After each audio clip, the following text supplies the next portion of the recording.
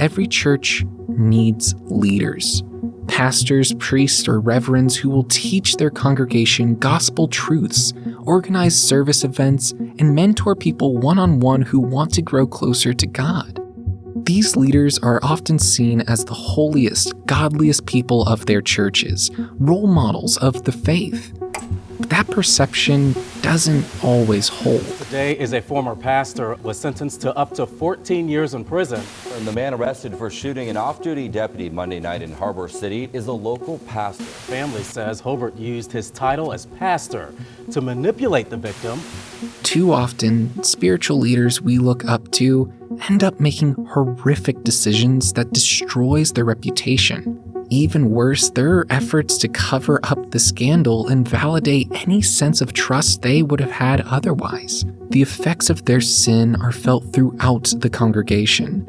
Any spiritual growth they helped you achieve is suddenly put into question. If their moral authority turns out to be a lie, what does that mean for the growth you obtained under their leadership? Does that mean your spirituality is also a lie? As uncomfortable as this question is, the Bible only serves to amplify it. Many of the stories about our Sunday school role models reveal problematic, if not evil, life choices. And none of them are as baffling as God's anointed himself, King David. He's famous for conquering daunting giants and leading an entire nation in worship. The Bible even says that David is a man after God's own heart. And yet, the story of his downfall is so vicious, so vile, it seems to invalidate any notion of moral authority he ever had. How do we reconcile a spiritual leader when his actions are so sinful? How could he be after God's own heart after what he did?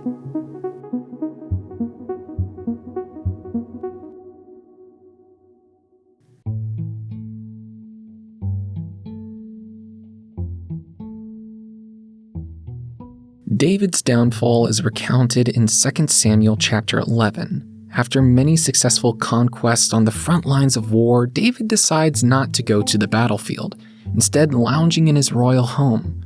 One night he sees a woman bathing from his roof and orders that she be brought to him.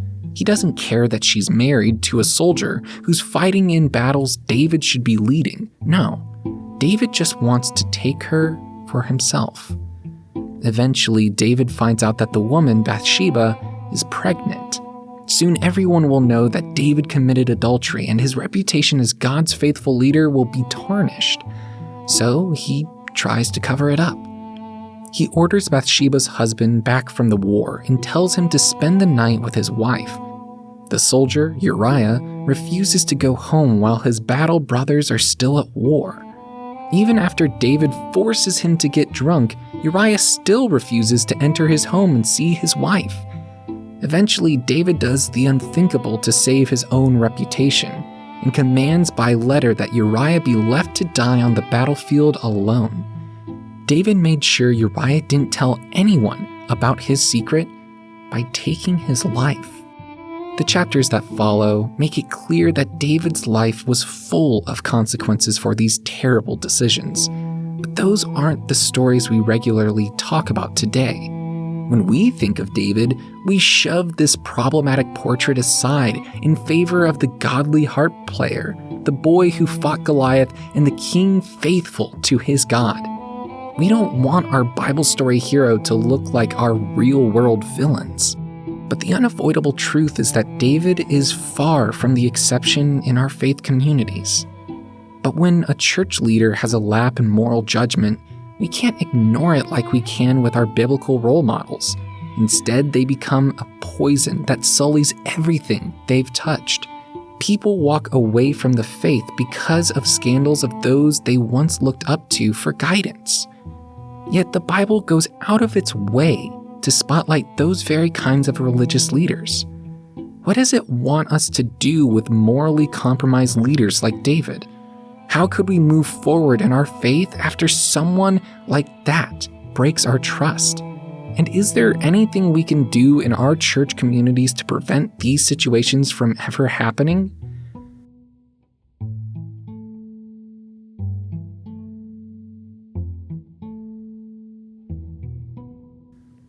To start answering these questions, I knew I needed to talk to someone who could help me understand both the spiritual and social principles that led to David's downfall. And thankfully, I knew just the person who could help. So I've narrowed it down just to say that I grow people. This is Dr. Darius Benton. He's an assistant professor of communication studies at the University of Houston. The focus of his studies is on organizational communication, exploring how organizational culture works, especially with how it relates to race, gender, and religion. He's also an ordained minister, serving as either youth pastor, head pastor, or in other supportive roles for the past 20 years. Biggest attribute that I offer is to help people see themselves and how they fit in the world and help them to bloom and blossom. And so whether that be a student who does not have any particular faith, if it's a pastor that's been, preaching and teaching for 50 years, if it's a random person on the street, I want them to know that they're seen and that they have a place to offer something into the world. Benton fell in love with student teaching during college and eventually gained a job as a graduation coach at a high school. Which was basically the hybrid between a counselor and a social worker. But I just called it a youth ministry position in the school system. Those were some students that had some major challenges, but just walking through those challenges with them helped me to really see that there was a lot out there that needed to be done. This experience gave him the inspiration he needed to return to school himself and earn his doctorate. But I really learned in that process that there was a lot of voices that had not been heard in literature. There was a lot of perspectives that weren't taken, particularly when it comes to biblical literature. And so I think that in the same approach as I began to be a researcher and a scholar, I want to hear from those people in the crowd. We hear from the disciples, but what about those people that were bystanders? What about the people who were standing on the side and, yelling, Hosanna, Hosanna? What is their experience? Why were they there? What made them pick up those palms that day? And so I think that, throughout my experience and part of what I do in my study is to seek those people out who are in the crowd and understand what is their experience, what is their story, how can we serve them? Making sure it's like my mentor, Dr. Ann Wimberly, always says, is to make sure that we connect the findings of our research to those communities who need it most.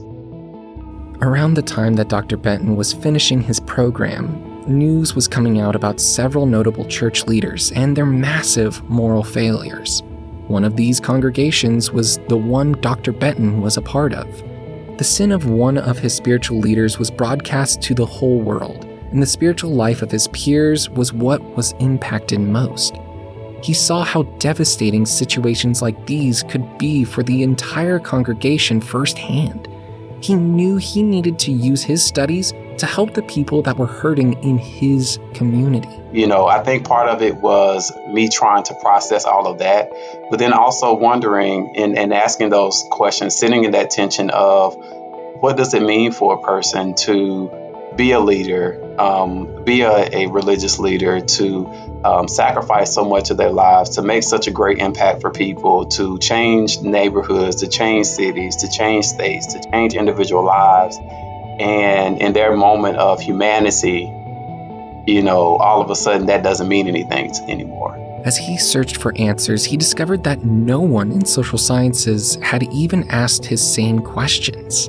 So, he began studying how these organizational principles applied to discredited religious leaders. His main case study?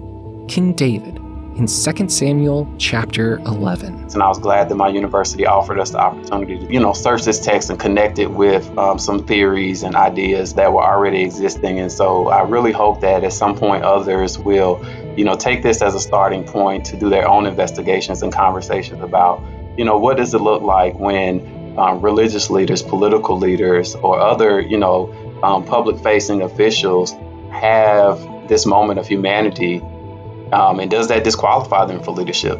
So I sat down to continue this conversation with him. With how personal this topic is, we didn't want to get lost in the technical side of the discussion first. Instead, we started with that lived experience of Dr. Benton and so many more who are just trying to navigate the pain and all the questions that it brings. A lot of people want to ask the question of how do we confront the realities of like unethical religious leaders in our communities? And when you take that to the Bible, I think that gets really, really difficult. Yeah. Yeah. Because the patriarchs that we are following throughout the Bible are so often used as moral guides of what you should and shouldn't do, especially with David. It's really, really difficult to kind of have that mental switch of taking life lessons from him versus facing this. Yeah, yeah. And I mean, the thing is, every leader like that or every figure that you spoke of has some type of flaw, and I think that we like to overlook it, but I definitely believe that it was included in the biblical text for a reason. And it was to show us that we too are flawed individuals, but God still uses us, God still chooses us. And, that does not disqualify us from the opportunity to serve. I know personally that there's been many moments that I have tried to disqualify myself and say, well, I think this way, so I can't do this. Or, I believe this, so I can't, I no way God will want me to stand up and say anything to anybody, or I can't, it's parts of this text that I'm not really comfortable with. So, I'm just not going to preach that. No, God still wants from us what God wants from us. God still causes us. God, the thing, and I had a conversation with one of my family members probably a month ago about how God uses who God wants to use, and we don't get to choose that. And so sometimes our social conditioning would have us to think and expect that certain people aren't worthy of God's choosing.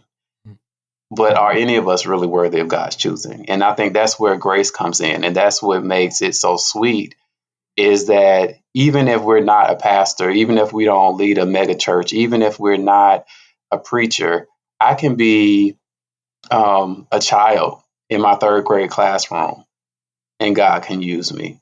And so those are the sweet things that we have to remember is that, the humans don't get to choose for God.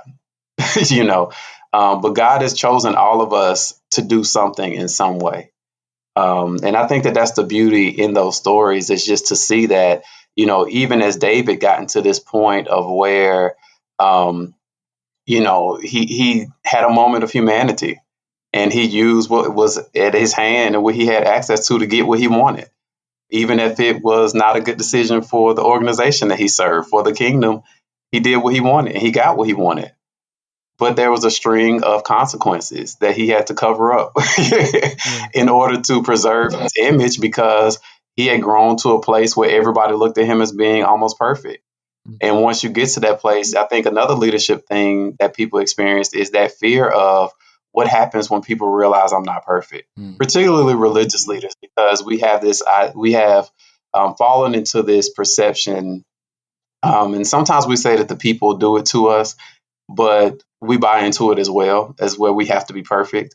I remember some years ago, I had a mentee who came to me and he was upset with me about some things. And what he said to me was, I didn't need you to be perfect. I needed you to be honest. And that really struck a chord with me because I realized that for years I was trying to be perfect for him. And he was struggling with his humanity. And he needed me to present my humanity to know that I'm going to be okay. I can still function. I can still be successful because if he has flaws, then I know I can carry my flaws and still be successful also.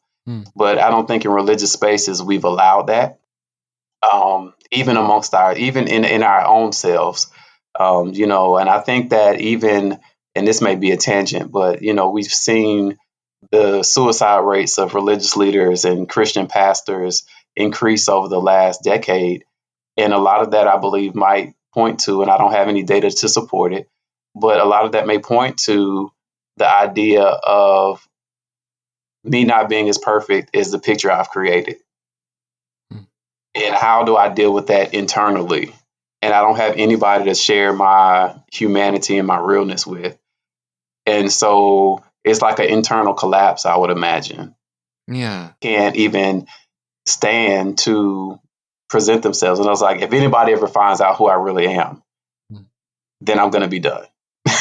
And so they just, choose to be done on their own, which is a horrible place to get to. But it's a very real place for a lot of people. And so I think that these kind of conversations of recognizing that people get to this moment, and I think it also points to knowing the difference between, and as you were talking about unethical leadership earlier, is someone an unethical leader, or did they just have a bad moment of leadership? Mm. Is it in their character to be a dark side leader, or did they just make a bad choice? Mm. And I think that those are moments that we have to look at, because I think that sometimes, when leaders have these moral failings, that people assign that as a character assault and say, oh, they're horrible. But it may not be who they are, but they just might have made a mistake. And so just like, Jesus offers us forgiveness, are we going to forgive those leaders? Are those leaders going to forgive themselves? And are we going to allow them to have another opportunity? Yeah. Let me just take a moment to kind of like compartmentalize what you've been saying. Basically, it really seems like, especially in Christian circles, we're in a critical point where we need some way forward to a better approach to leadership. We have people that are being led, that are being hurt, that are being mistreated, misused, abused even. And because of this reputation of leaders have to be perfect, it's stifling any kind of growth forward. And religious leaders are assumed to be perfect already. There's no room for any growth.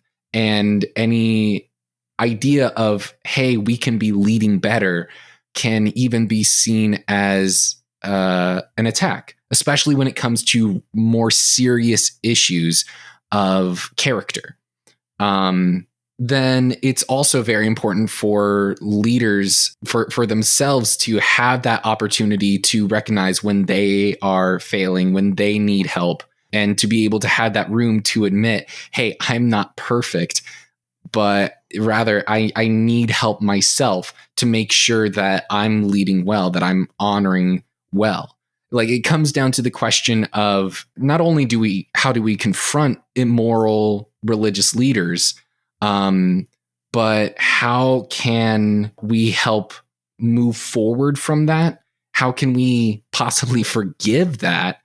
And what can we do to actually prevent those things? Absolutely. Yeah, I think you definitely capsuled it very well. As you were talking, one thing that popped in my mind was, I can't remember who said it when I was studying for my dissertation, but it was one of the authors I quoted. I can't remember who it is off the top of my head. Please forgive me. But they essentially brought to the forefront the idea that David was likely bored at the moment that this happened, and talked about how some leaders grow to a point where they are bored with their success. David had been, conquering different nations. He had been successful at battle after battle, war after war. And he should have actually been at war during this time period, but he didn't go. He sent the armies out. And, it talked about how some leaders arrive at a point in their careers where they've been so successful that they're bored with their success, and how at that moment they want to seek out something new. Like, what can I do next? What can I conquer next? And so that's a pivotal moment that I think a lot of leaders, particularly religious leaders, need to recognize, because, I think a lot of particular Christian pastors in some traditions feel like they have to be in that same role forever. Like, I'm going to pastor this one church for 40 years and that's all I'm going to do. Right. And essentially, they may arrive at a point, and I'm not saying this is for everybody, but some may arrive at a point where they're bored with their jobs. They're bored with seeing the same people every week. They've been burying and baptizing people for the last 20, 30 years. They've been preaching every Sunday, doing Bible study every Wednesday. And they've been in this cycle over and over and over again to a point that they just get bored. And what does boredom do? It causes us to want to seek out something exciting, something new. When they were first year, second year, third year pastor, it was new. They wanted to innovate. They wanted to try new things. Let me change this. Let me build this. But how many sanctuaries can you build? How many how many new programs can you start? And so, I think that there's a space where we have to recognize for some that may need to create opportunities for them to be inspired again. Because in this particular moment in David's life, he felt inspired, but he felt inspired when he saw a woman from his roof. Now, mind you, he was already married. He had concubines, everything else. He was not on the shortage of women, but it was something about this one that he saw that he felt like, I want to have it. It belongs to me. I want it. But it didn't really belong to him, but it kind of did because he was the king. And so, those were some of those moments when leaders, start to, as my grandmother would say, smell themselves. And, David began to smell himself and, caused him to enact this chain of events that would, bring him to this moment of where he had to hide and cover and, not necessarily uphold the image that people had grown to know him by. I think it's really interesting, that idea of the root cause that started all of this is the fact that David got bored and that he wanted to feel like he had conquered something. He had taken his identity almost not in, the heart that he shared with God, but the desire that he chose instead. Through that heart with God, he was a conqueror. He did these great things. And it's almost like, it's almost like Abraham, another patriarch that we elevate as like this moral person, when really, there's story after story of him failing. And that failure comes from him giving up that promise of God, or rather that relationship with God, and giving that up instead for the promise that God had made him. He fell in love with the idea of having a son and having, ancestry after ancestry. And most all of his big failures comes from that decision of, I'm going to prioritize that instead. I'm bored with what I am now, what I have now, what God has given me now. And instead, let me look to the tool that God has used to give me blessing.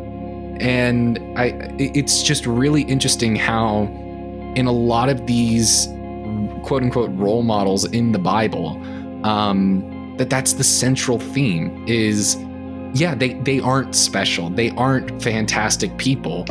And that's kind of the point. Like it's almost as if they were never meant to be role models to begin with. They were supposed to be the opposite. Yeah. Is that a perspective that you see, or? I mean, I think you make a great point. I mean, and I think that once again humanizes us and helps us to be even more grateful for the divine pointing us out or making space for us in this what we call earth. God made space for us, and not just space but place.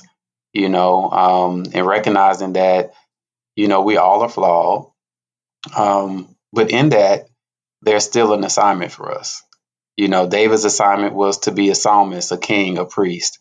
And in that, David did a lot of great things, and I would not suggest that in this moment, even of David's mistake, as we might call it, mistake, if we see it that way, because some might not even see it as a mistake. They may just see it as a point in his journey. But even in this moment, David was still everything that God said about David. David was still a man after God's heart, because even after this moment, he still went back to God. He still repented. He still, it wasn't necessarily in this chapter that I studied, but, the next chapter over, he's, repentant. He's grieving, because not only did he, destroy somebody's family, he lost a child, and he messed up his connection with God. And so those are things that you really have to look at and say, okay, what is this here? How does this apply to others? And one of the things I tell people a lot, and people don't always like it, but the same grace that we expect and require from God, we should offer to others, and recognize that you're not perfect just like I'm not. And I think the earlier that we recognize that, the sooner we can offer compassion to others. And we can employ the things that, was taught by Jesus. I can be compassionate to you when I know that this could very well be my circumstance. Actually, it might have been my circumstance. And so if you have a moral failing, I can walk with you through that because I understand what that's like, and so my heart is pointed a little bit different. But we don't always allow that grace for our religious leaders because we expect them to be perfect or godlike to a point of where they don't have any issues or moral failings. We don't make space for what does it look like when our pastor needs to take a sabbatical because their mental health is not in the proper place or they are experiencing a human moment. Who can they go to and say, I need to step aside for a second and be a man or be a woman and deal with my own personal issues? Do we create space for that, or do we just expect them to still show up every week as pieces of a person and just preach and teach and baptize my baby and bury my grandma and do your job? Those are just some of those things that come out for me in this particular text, and recognizing how sometimes leaders do put their own personal desires and wishes ahead of the organization. But even before that, where does it come from? I remember I had a conversation with an aunt of mine because a very dear friend of our family had been accused of, in a very public way. He was a pastor or is a pastor, but he had been accused in a very public way of some sexual indiscretions. And, my aunt blamed the church for it. And I was just like, well, Auntie, how do you blame the church? And she said, well, had they let that man be who he was years ago and let him love who he wanted to love, this would never be happening. And that set out to me very like, wow, that's something we need to recognize because this person is who he's been his whole life. That never changed. And he might have missed out on a lot of opportunities for love because of his desire to still maintain image in church. And in his moments of humanness, he made some decisions that did not necessarily elevate his position. But a lot of his hiding came out of trying to maintain images and, present as this perfect leader that the church expected him to be. And, her comment was, had there been space for him to be, this might not be an issue right now. And so those are some of those evolutionary moments that, may be tough for churches to have conversations because they want to get into other theological debates and conversations. But the thing that she pointed out about that particular scenario was, in this particular pastor's case, he had always been this great pastor. He had always been an amazing preacher. He had always shown up for people. He had always been qualified to baptize, baby, bury people, all the things I said before. And people welcomed it. But once this quote unquote secret was out in a very public and embarrassing way, now it's like he's not qualified anymore. And so those are those things that I think that we just, those are those tensions that we have to grapple with as we move forward. And, even some of the reasons why, some persons that I've had conversation with don't necessarily appreciate organized religion because of some of these issues that we won't have conversations with. It's like everybody in the world can see the egg on our face but us. And, at some point, religious institutions and churches and whatever you want to call them has to be honest with themselves and take a real look and say, why is it that I'm acting like the egg is on my face, but everybody can see it with me? What are we going to do about it?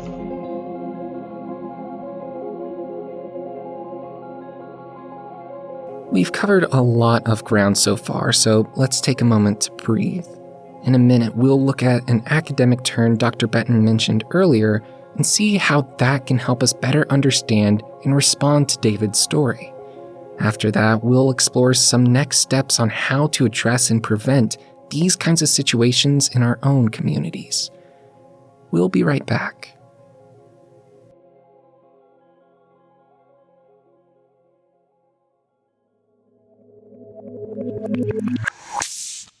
Hey, thank you so much for listening to That Won't Preach. I really appreciate all of the support everyone has given so far. There's a lot of work that goes into this podcast, but it's not just me that's making this experience. All of the artwork that you have seen for this podcast, whether that's on social media, the logo for the individual episodes, all of it's done by Moose Leaf Miller. They are an incredible artist with lots of experience in all kinds of mediums. So whether you're looking for professional art like you see here, or physical paintings, tattoo, character designs, even playing card alterations, and more. Again, I can't recommend them enough because not only are they an incredible person, but everything that they create is just so beautiful. Go to leafart.com. That's LIEFART.com.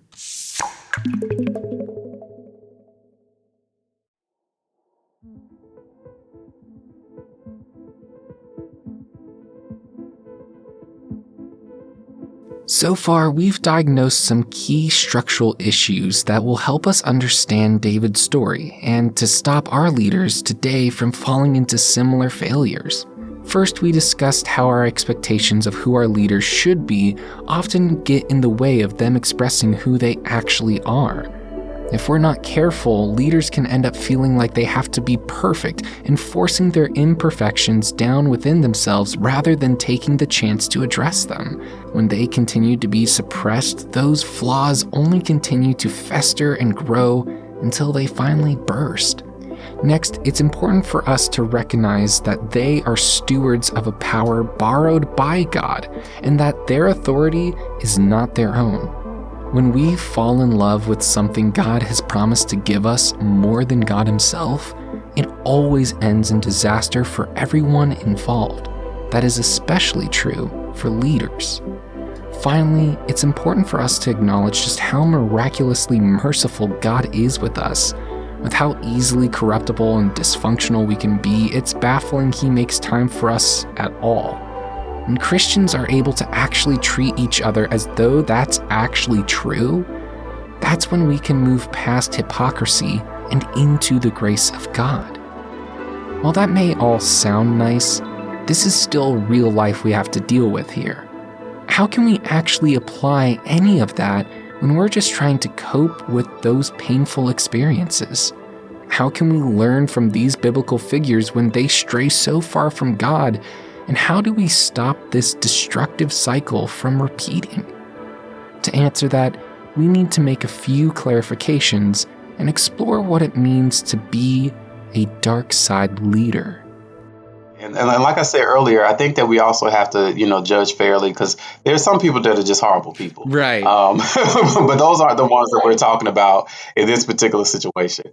Some are very unethical across the board. They have a consistent pattern of just taking advantage of people and, things like that. But that's not who this conversation is about. This conversation is about those who really are. Their hearts are really in the right place. Their character is in the right place. They really do mean well and want well, but they have that moment of, bad decision making, or they have that moment where their human side takes over or their selfish side takes over. Well, we recognize that I'm not perfect. I made a mistake. How do I recover? The real tension in this is, how can someone make such horrible mistakes and still have a heart after God's own heart? And you said something, you used a phrase, kind of jumping back a little bit, that I think is, it was the main study that you were doing in your dissertation, this idea of dark side leadership. Mm-hmm. You said that some leaders have a tendency to just be awful in general and a tendency towards dark side leadership. And then others have these moments of, where their sin nature kind of comes up, and in order to hide their humanity, they're using this kind of social leadership tactic. Can you kind of explore that a little bit more of what does it mean for leaders to show their dark side? And like how do we really see that in David's story? Yeah, so a brief overview of what dark side leadership is. It's basically when a leader puts their selfish intentions or motivations in front of the organization that they serve or the people that follow them. And so that's when sometimes they can lose touch with reality. Their perception of reality is exaggerated. They become specifically focused on what are places that they will benefit versus the group. And so these can be, small things, but typically they're larger things when we're talking about dark side leadership as a whole. Typically, these leaders tend to be charismatic. They tend to draw people in. They tend to be very powerful and effective leaders because in most cases, if you see a dark side leader that's being effective, you're looking at them like, how in the world, particularly historically, we look at these people like, how in the world did so many people follow them? What was the connection between these people and this person that caused them to follow someone who was clearly doing something that was harmful to these people? But a lot of, like they say, hindsight is 2020. But there was something in some place that these leaders connected with these followers.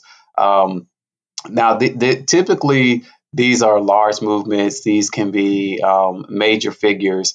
But there's also moments where leaders who are not typically dark side leaders or who are not typically unethical leaders, can step into these moments where they make dark side decisions, or they have dark side moments, or they make unethical decisions because it will benefit them in that moment. And like I said earlier, that does not necessarily mean that they can be categorized as a dark side leader overall, but in certain settings and situations, you could say that they provided dark side leadership. And so that's where I would say that David got to in this point, is that overall, his leadership decisions benefited the masses, as reported in the biblical text. However, in this moment, he made some very selfish decisions. Yeah. So in my dissertation, I talk about how he uses impression management tactics to basically hide that, because of the fact that he was looked at as a moral leader previously. I think that if he had always been seen as a dark leader, he wouldn't care. Mm. If his character, or if he was known to always do things like this, I don't think that he would have tried to hide it or cover it up as he did, or try to fix the situation, or try to, get Uriah out of war and have him to sleep with his wife so that he can cover this child as being someone else's, or, her husband's child versus his own. He wouldn't have gone through all of that if not for him trying to protect his image. And so I think that that's an extra step that leaders who typically are, have good character or good morals may start doing those types of things. But it is definitely an exaggerated moment of dark side leadership and impression management, because they have to go through so much to fix or repair this image of this moment of mistake that or this series of mistakes that he made off of one bad decision. And so these are things that we have to kind of unpack and look at in this particular text, but also understand where it might show up in our own individual lives. Most of us would not want to subscribe to say, particularly those of us who are faith-based of any kind, but particularly Christians, wouldn't want to say, oh, I'm a horrible person. I go around deceiving people and covering up for my mistakes. But it might be a moment where we feel like, oh, if I don't do this, then my reign is over. The power that's been benefited to me because people trust me, people care about me, people know what I've done, all of that could be over in a moment. And so that's kind of how we end up in this place where we find this intersection between dark side leadership and impression management in David's story with Bathsheba. Gotcha. So like it's almost in this weird twisted way that because that moral expectation was put on him, it led to these worse and worse moments of dark side leadership where he has that image to protect. And because part of his authority is in that moral and ethical authority, it leads him to try to keep it at all costs, including completely going against it. Right. Do you think that that's one of the reasons why, like in our culture, it's so devastating when we see a moral leader kind of fall? Obviously, most people that have a moral fallout like this aren't going around killing people, but like, is it that expectation? Does that still cause people to add up these moments of dark side leadership today? Well, I think a lot of it is this whole Disney world that we live in, for lack of better comparisons and understanding. But we a lot of us grew up looking at these heroes. We grew up looking at these fictitious characters that were so triumphant and that they were so perfect, and the story always ends with happily ever after. Even with all of the things that happen, there's typically in the stories that we look at growing up, or that I looked at growing up, of a clear divide between who was the hero in the story and who was the villain in the story. But what happens when the hero and the villain collides and they exist in the same person? And so, those are some of the stories we don't hear as much, or we haven't heard as much growing up as children. And so when we have those expectations, and at the same time, a lot of us who grew up in church are learning about, these fairy tale characters is along with our Bible story characters, we put a lot of that together to think that, oh, I have to be the heroic person. We look at Jesus as even being a hero. Oh, the heroic Jesus that died for our sins. Oh, the heroic Moses that got the Israelites out of captivity. But we want to stop there and not continue to read the story about how he couldn't get them into the promised land. So yeah, it almost sounds like those kinds of fantasy stories of like, there's the good guy, there's the bad guy, has like our culture of how we tell stories and how we tell characters has like really informed how we read the Bible in a way that it sounds like it wasn't supposed to be read. Like, we're not supposed to see a good guy and a bad guy. We're supposed to see God and then humans in all their messy, flawed ways. Yeah, I remember when I was pastoring, I did a series from the Old Testament, and and I called it Scandal because that's at the time when the TV show Scandal was out, and I just talked about how how the Old Testament is so scandalous, and the people in the church, although a lot of those people have been at that church longer than I've been alive, they've never heard some of those stories before. They never got those perspectives because they always wanted to have the fairy tale gospel taught, that in most traditions. They want to go to church and look at it, look at everything from this glossy lens. But, I say, no, but if you flip the page or if you keep reading to the next chapter, you find out something juicy, and they were like, oh my, oh my. But I think that series was beneficial to the congregation at that time because it actually allow people to see themselves in the text in a way that they never would want people to know that they saw themselves in the text. To see that their own experiences aligned in the biblical text, that they didn't have to go watch Housewives to get a juicy story, that it was definitely something there in the Bible that they could connect with, and that these people, their stories were preserved in this text for so long for a reason. And what was their purpose in this story? And, kind of going back to what we said initially, I love to get into those stories or to those, those Bible stories, and you have one line mentioned about this person, and I'll find that and say, oh, well, who is this person? What is their story? The Bible only mentions them briefly. Oh, it was a man in the window. Oh, who is this? Why was this mysterious man in the window, and why did they find fit to mention this person? Let's go seek about. Let's see what this is about. But those are those moments where people can connect and say, wow, okay. But getting to the earlier point, just telling the full story, I think really helps people to understand even why the Christ story is important. Why is this even relative to us? If we only tell these biblical stories from the children's Bible, And then from the movies that we've seen on TV, where they have these great victorious stories because everybody loves a hero, but not show that the hero has depth to them, then people don't think that their Christian experiences are even realistic. Um, that's why when people, come to salvation, and then when they make a mistake 6 months later, they feel like they can't come back to church until they fix themselves. I'm sure we've all heard at some point those stories of, oh, I'll come back to church when I get my life together. Yeah. Well, what's wrong with it? Your life is no more messed up than mine. You made a mistake. Come back. Like continue to grow, continue to learn. Please be a part of our community, like you said earlier. But, creating those spaces where people can bring those moments in. But, we've kind of built a culture, particularly in this country, where Christians are supposed to be perfect. Pastors are supposed to be even more perfect than Christians. And, it's just really, in my opinion, unrealistic. But, in those moments where we start to show, like, this is what Jesus is for, this is what even faith is for. If someone's not a Christian, this is what faith is for people to form and to grow and to learn how to coexist in this world that we live in, and how to, coexist with others and themselves, to journey with themselves, to live out this human experience, that it all tends to make for a better world and for a better place.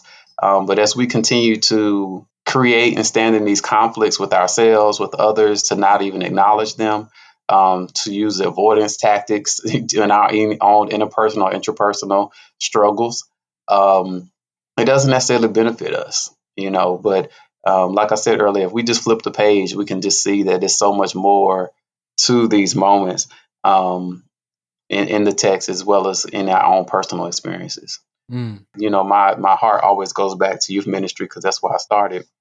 And that's why I believe a large percentage of my calling is.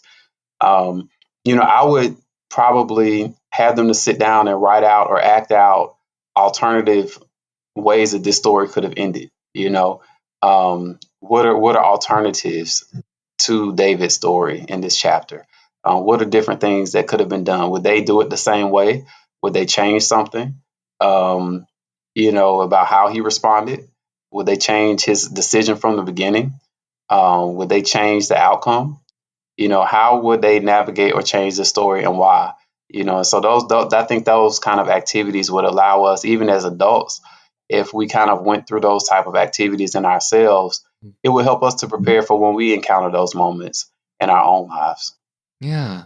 There's a lot of really, really good stuff that you just said. And there's a couple of things that like really stood out to me as you were talking. One of them is we want to be perfect as Christians, and we come in with this expectation of being perfect.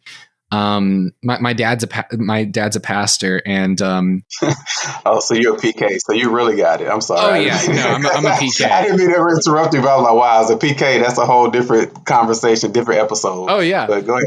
yeah, because everyone knew that I wasn't perfect, but no.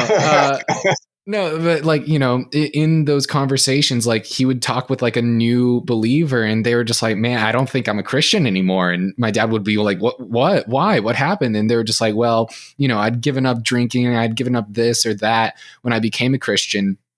And, I did it again and I feel awful. And my dad would look at them and he was just like, that doesn't make you less of a Christian. That makes you more because you felt bad about it. Like he was, right.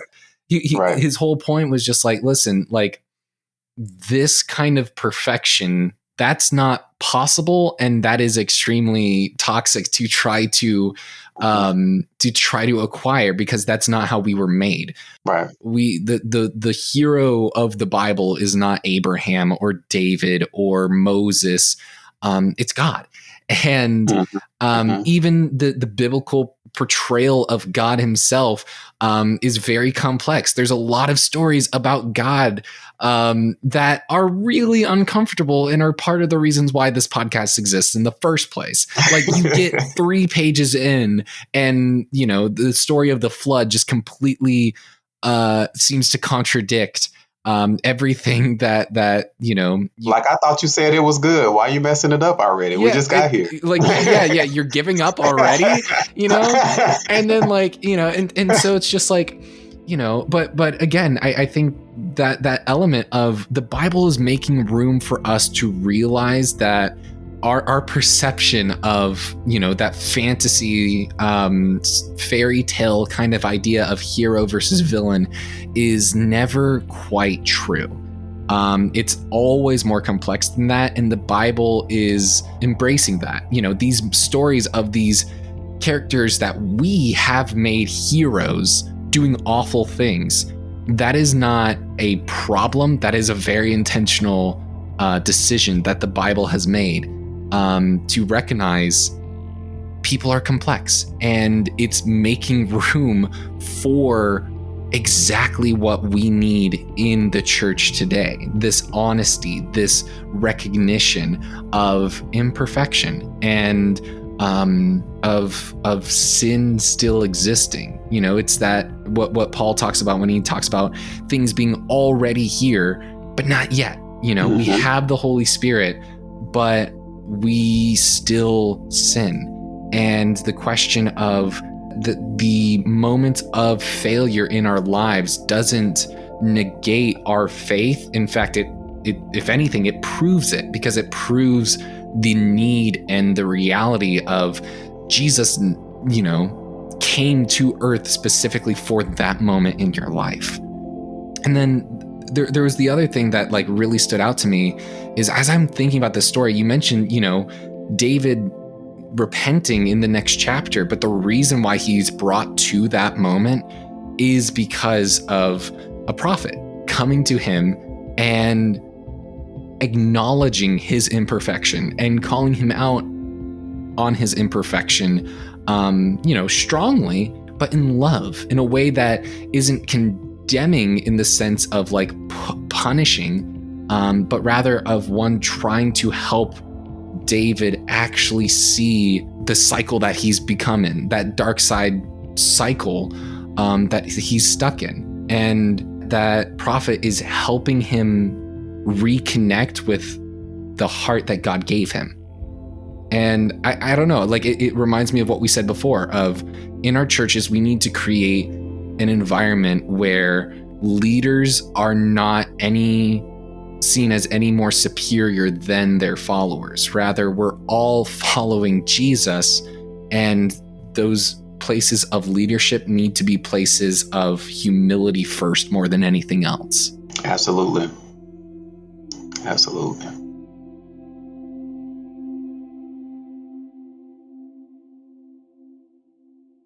We've talked about these ideas and theology and ideas of principle, but when we're connecting with people that have been hurt by the church, that sees these issues in leadership in their church and wants to move forward, what can someone do with this information when they're faced with moral or religious leaders that have failed?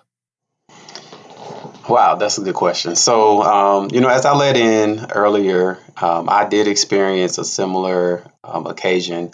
And that's part of what led me to even start looking into this type of situation. And at that particular church, I know for a fact that there are a lot of people who were there who have not attended church since that incident happened. And it's not just at that church, but at several other churches where there's been issues.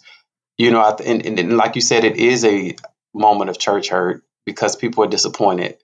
And people are disappointed because they put their faith and trust in a person. And then they also might have felt like they were lied to because they did not know the whole truth of what was going on in a particular situation.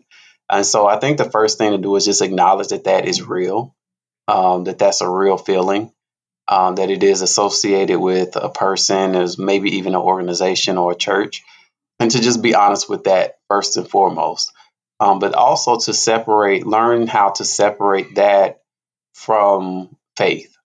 I think a lot of people, when they experience that hurt, they associate the hurt with their faith, with their religious beliefs, and it becomes very complicated for them to process and to continue to grow spiritually because of that hurt is associated with it. That's a traumatic experience for people.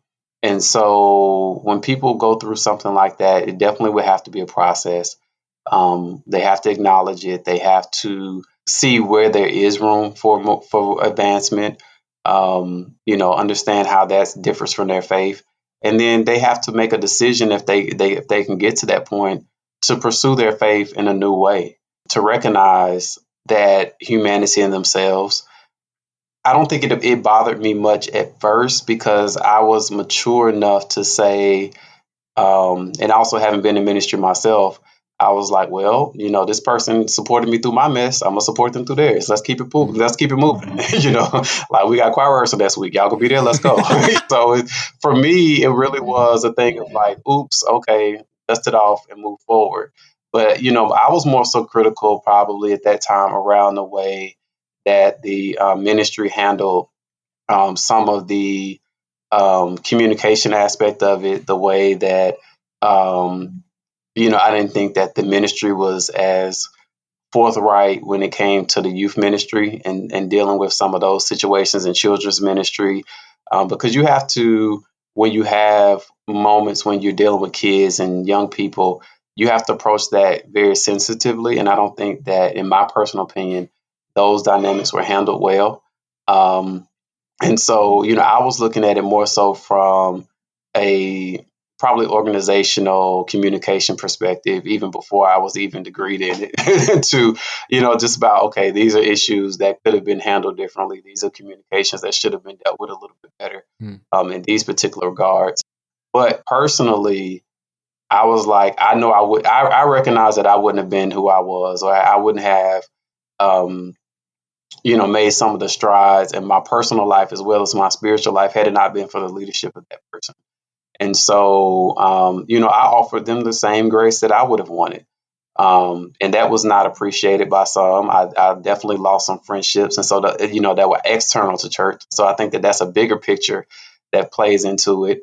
Is that even what are those external factors that influence people when it comes to this whole thing? When you have family members that are like, well, how you going to that big old church or this, that, and the other? And then, something like this happens. I told you he wouldn't know good. Now you have to deal with that, then you feel let down in yourself and disappointed and you beat yourself up. So, I think it's about acknowledging all of that and then also finding support. Who else is experiencing this with you? Who else can you relate to that may be in this moment with you that you can partner with to journey through this with? One thing about Christianity, like you pointed out earlier, is very communal. And so we aren't designed to experience our struggles alone. A lot of times these leaders, when they have these encounters, they experience them and process them alone. But, we need to find someone that we can journey with through these difficult times, regardless of what those times are. And then, decide what we want and how we're going to get there. And, hopefully partner with someone that can walk that journey out with us. Of course, we would hope that they would, be a part of the ministry again, or that they would join another church or whatever the case might be. But I would more so just say, make sure that your faith and your relationship with God stays intact in whatever way that needs to happen, if that's even possible. And just, continue to search the text and know that nobody's perfect. And I think that's why it might have been easier for me from the beginning, is because I didn't expect my pastoral leader to be perfect. I recognized that they were human. And so, because I had been in ministry for years at this point, and I knew pastors personally and ministers personally that were not perfect. So I didn't have the expectation, but there is a lot of people who still do have the expectation, and we just need to acknowledge it and be real about it. Yeah. And in some ways, as pastors, not elevate ourselves. Yeah. I think that was going to be my next question, is just looking for those ways to, when we're in a state where we aren't in that stage of crisis where we're questioning our religious leaders or something like that. How can we, in calmer times, help create an environment where we can prevent moments like this? How can we be intentional as groups of believers to make sure that we are allowing people to acknowledge their own faults and recognize the necessity of Christ's sacrifice? How do we make sure that that's open to our leaders as well? Um, that's a very good question. My initial thought was I don't know if it is possible, but then I had to reflect on my personal experience, and although I also may have felt very much at times like when I was pastoring that I had to be perfect or present a perfect image, there were times where I was like, look, if it's prayer time, I'm gonna be the first one at the altar. Like you don't have to worry about me, not praying if I need to pray or not getting prayed for. I don't care, because I recognize or I got to a point of recognizing that I had to prioritize my spiritual journey. Even as I'm leading others, I had to prioritize my own spiritual journey and my own well being and my own mental health and physical health, because if I did not, what would be left? How can I serve others if I'm in pieces and I'm broken? And so I think those moments of them seeing me being transparent or seeing me, um, say, I'm not praying for y'all this Sunday, but I need somebody to pray for me. Those are moments where they recognize, like, oh, wait, what's going on? Because that's not common or that wasn't common to them at that moment. And I may not have to share with them in detail what I might have been experiencing at that moment, but it was just the fact of them saying, oh, he's not just teaching us, but he's actually in this process of practicing what he's teaching at the same time. He's exercising his faith and he's trying to figure it out with us. When I would be in Bible study, I'm not telling them I'm teaching you today. I would say we're learning together. We're in this journey together. It's something that I need to get out of Bible study tonight, just like you. I'm not coming just to pour, And so I think in those moments, when you can be a little more vulnerable, people respond to that differently. But like I said, of course, like many others, I still had that idea of, okay, I can't do this, I can't do that, I can't go here, I can't go there. If I'm going to a restaurant eating by myself, I can't, even though it might be quicker to go just run and sit at the bar and grab food. They don't need to see their pastor at the bar. Somebody's gonna have to say something. Somebody's gonna say something or whatever, So, all of those complexities were very draining. And I honestly got to a point where I said, I'm not doing it anymore. If I'm hungry and I don't want to wait an hour, I'm going to go sit at the bar and eat. I don't care if I'm at a church conference. Again, like I said earlier, that's not my character. I'm not going to sit up at the bar and get drunk and be passed out and, disrespect God or the people that I represent. I'm just trying to eat. I'm trying to have a meal. And so, I don't know if I answered the question, but No, I think you really did, because, that answer was a lot more focused on like what can leaders do to make sure that they prioritize their genuine character in Christ rather than their appearance. And like, especially that last little bit, I think is so important, that distinction of you went from what are people going to think versus what actually matters. right.